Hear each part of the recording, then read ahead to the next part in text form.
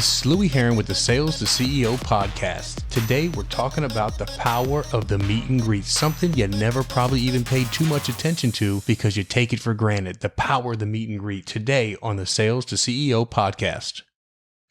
Welcome to the Sales to CEO podcast. Listen, today we're talking about the meet and greet. But when we're talking about Sales to CEO, we're really talking about the whole program. Again, if you're not clear, my goal and my mission is to teach people, coach people, inspire people that are in the car industry on how to get from salesperson all the way up, whatever level you're currently at, all the way to dealer principal. Again, my 25 years in the auto business, my 18 years of operating and 13 years being a dealer principal, I was one of those guys that was fortunate to start as a 20-year-old salesperson and work my way up. And I've got the information I believe that can inspire and help those who have the same goal to get to that same level. And only if you're interested in getting from sales manager to GM, and that's where you want to be. Again, you got to have the blueprint, right? So sales to CEO is a huge component and a perfect opportunity for you to grow and get that information. Today, we're talking about the meet and greet, guys. The meet and greet, right? Something that you feel like is like the most basic, fundamental thing. Think about this for a second. In the NFL, you have guys that are getting paid millions of dollars that when they go to practice and they go to two-a-days, the very first thing they do when they hit the field is they do the calisthenics.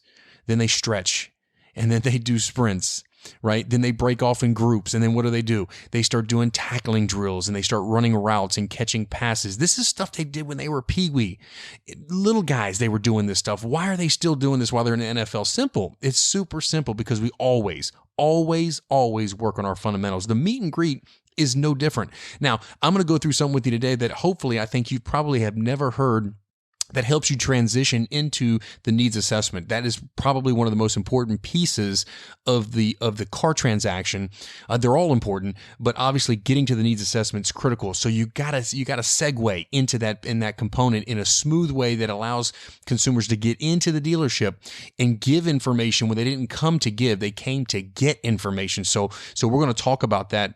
We're going to talk about the power of the meet and greet and really you becoming an expert and understanding what it takes to be phenomenal in the meet and greet. In fact, every phase of the game, whether it's the meet and greet, whether it's the selection of the automobile, whether it's offering model up, model down, whether it is $1 million presentation demonstration, whether it's just a service walk when the deal's completed, whether it's the intro to F&I, whether it's the delivery process in creating your evidence manual, which I have tons of information on that delivery, every phase of the game needs to be perfect. It needs to be exceptional. And I think when we're in the automotive space for so long and we're selling cars, we take things for granted, just like the meet and greet. So let's go through it.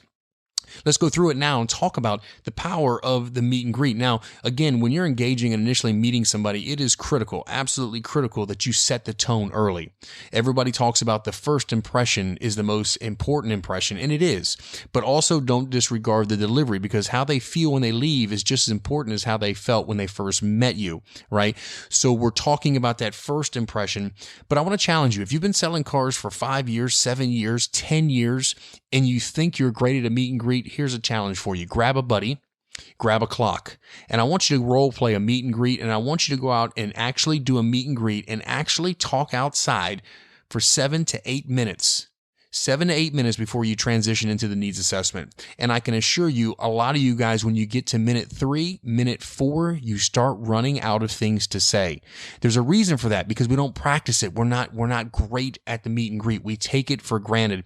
Yet it is one of the most important parts as you're engaging and getting to know your customer, everything you need to know. So let's talk about the meet and greet. Number one, obviously, we want to shake everybody's hands. When you first meet your customer, whether it's the mom, the children, everybody, we shake everyone's hand. Secondly, never, ever forget their names. So you're going to have to put something in your brain to remember when you're meeting and greeting, using their name, right? We all love to hear our name spoken many times. And when we do that, we obviously want to make sure that we never forget their name. We don't want to be in the needs assessment and ask the question, excuse me, what was your name again? And I would imagine if you guys use a cheat sheet by taking the driver's license, and when you use the driver's license, you actually get their name. And that's, again, and I understand we're getting through the process, but it's your consumer. You're a professional. You're an expert. You got to remember their name, right? So initially we want to meet and greet. We want to make sure that we shake everyone's hands. We want to make sure we acknowledge the bride. The wife is probably one of the most important parts of the transaction, because whether you realize it or not, she's controlling 90% of the deal. So understand that up front. Make sure in the initial stages that we're just doing the bare bone basics of understanding who we're meeting and who we're dealing with. Now, what comes up next? Objections, right? So again, understand when you're meeting somebody, you're going to get these objections. Hey, I'm just looking. Hey, I've only got 15 minutes. Hey, I'm not buying today, right? You get hit with these. If you don't have rebuttals, if you don't have things to say immediately, right? It's called lag, communication lag time. If you don't have that instant, boom, they say, I'm just looking phenomenal. Thank you for choosing us. And by the way, how long have you been looking? And now we're transitioning. I'm not buying today. No problem. Most people don't. I'm glad you're here. Most people just gather information. My name is Louie, and your name? Pleasure to meet you. Again, a smooth rebuttal, a smooth transition that's non-confrontational, that acknowledges their objection, their stall. It acknowledges it up front, and then we keep it moving, right? So when we get through some of those objections up front, which, by the way, they didn't come there. It's not Publix. It's not Kroger. They didn't come there to get milk and cookies, right? They came there to look at an automobile. They just don't want to deal with you. They just don't want to deal with the car buying experience. And it's our job to slow that down, make them feel comfortable. Most importantly, make them know that they are dealing with an expert, right? So as we start the process of the meet and greet, remember one thing: we have one main objection. We're heading to the needs assessment. So the goal is to build some rapport and to understand and to make a friend. Remember, when somebody refers you somebody, or you have a friend you're selling a car to, how often does price come up? I mean, really and truly, price comes up, but typically at the very end, when you're dealing with strangers and you haven't made a friend or you haven't built a relationship, all they have to talk about is price, which means you're going to have to overcome price before you ever get down in the write-up, which is never a good situation for any of us, right? So again, when we're talking to the consumer, we're building rapport. We're going to start with open-ended questions. Most of you guys have been selling for a while. You already know this, right? Open-ended questions, not do you like a 2-door or a 4-door? Do you like a 2-wheel drive or a 4-wheel drive, right? Those are close-ended, right? That's a yes or no, or it's this or that. We want to expand. Ask the questions, that create conversation. Now, here's what I'll tell you that's critical. Every single time you ask somebody, when you say, "Hey, my name is Louie, and your name is," "A pleasure to meet you. Welcome to ABC Nissan. What can I get you information on today?" And they say, "Well, I'm just looking at a new car." Boom. That one statement. Your job, in my opinion, as you're meeting and greeting, that one statement, I'm here, I'm looking at a new car. That's an opportunity to open up the dialogue. Fantastic. We got plenty of new cars. By the way, if you don't mind me asking, why are you considering more new? Are you open to used? Is it a financial situation, or do you just prefer new vehicles? Now, what have I done? I've just opened up the dialogue, because all I want to do is create conversation. I want to do the needs assessment and get the dirty details of what they want when I'm sitting down and I have control of the situation. So I'm just creating that conversation. Consumer says, "Well, yeah, honestly, I've always bought new cars. I've never bought pre-owned. I like full warranty. That's important to me. I don't really want to buy, somebody else's used car." Perfect. No problem. So we're opening that dialogue, getting a little more information out of that conversation. We want to look at the open-ended questions, but we also want to make sure when we expand, every time they say something, we're just expanding that conversation a bit. We also want to talk about what their current car is and what they drove up in and what their past experience was. Their trade-in. Their trade-in is the DNA. That's the crime scene. That's the last deal, right? So I want you to picture that trade-in with like yellow tape around it. Like that deal, how they constructed that deal is an indicator of how we can construct the new deal.